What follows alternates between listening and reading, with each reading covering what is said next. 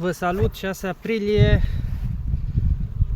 Astăzi destul de cald, dar cam bate vântul. Albinuțele zboară frumos, aduc polen. Și pentru că vremea ne permite, o să ne uităm puțin prin stupi. Am făcut deja 2 până acum.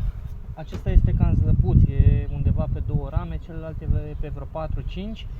Asta chiar o să vi-l arăt pe viitor și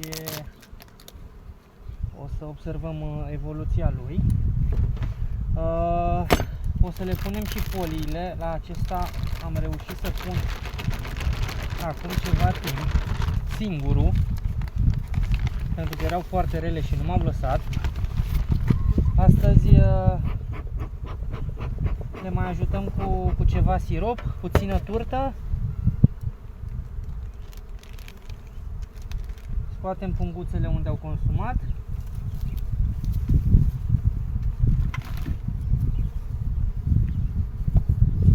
O să scot albinuțele rămase în punguță după, ca să nu mă întind foarte mult cu filmarea. Ce le facem astăzi? Ne uităm puțin de puiet, doar dacă au, nu mai stau să număr câte rame sunt, cum nu sunt. Oricum ăsta arată bine stupul.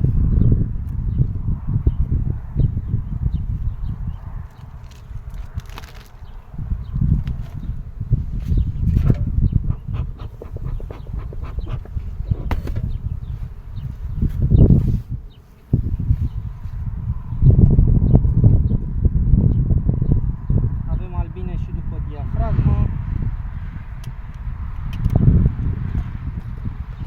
Miere după diafragmă.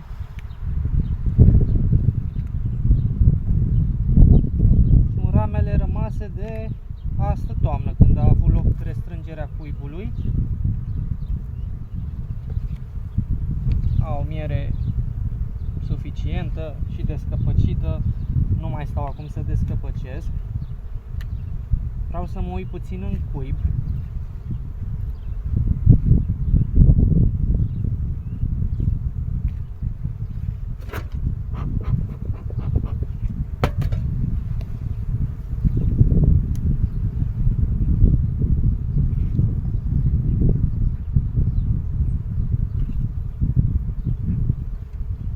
Avem ceva miere, polen pe ultima ramă.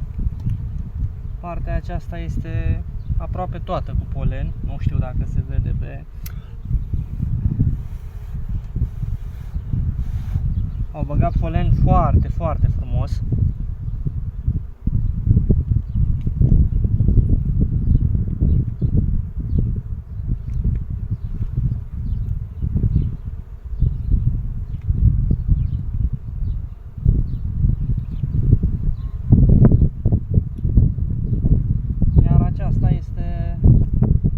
O oată. Aici avem puțin căpăcit, dar cam toată porțiunea asta este. Iar pe aceasta avem ouă, toată bucata asta, și aici căpăcit, plus polen. Următoarea are mult puiet căpăcit, cred că este undeva la jumătate de ramă, dar nu-l mai deranjez. Bate și vântul și are rost. Este în regulă, trecem la următorul. Îi punem niște mâncare și îl lăsăm în pace. Ăsta în vreo săptămână cu siguranță va trebui extins. Cred că vom face extinderea cu foițe direct.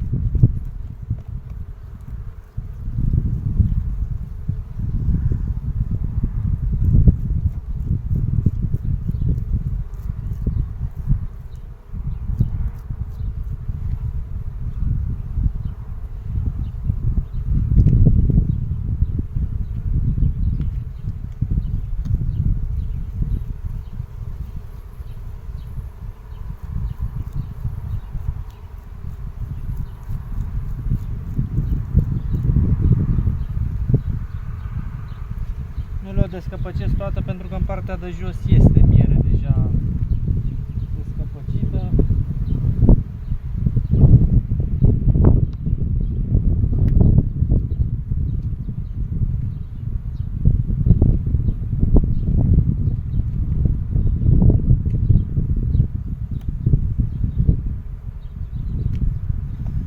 Apropiem și ramele acestea. Și mai dăm de pe la rezervă. Mai avem ceva miere. O băgăm aici, nu ne chinuim să o descăpăcim acum. Se va încălzi în stup și va fi mult mai ușor de descăpăcit la momentul potrivit. Acum punem siropul, puțină turtă și îl lăsăm în pace.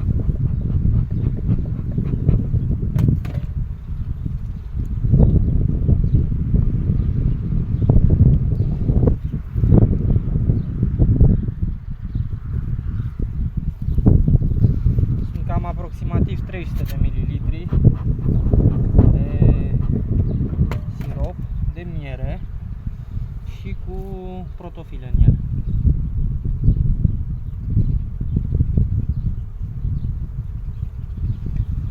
La sfârșitul săptămânii se anunță iar o perioadă mai răcoroasă. Săptămâna aceasta o să încerc să le pun de 2-3 ori ceva sirop, astfel încât să aibă lângă puiet hrană lichidă și să nu dea înapoi familia de albine. Cum se prezintă acesta e ok, se face până la rapiță cu siguranță.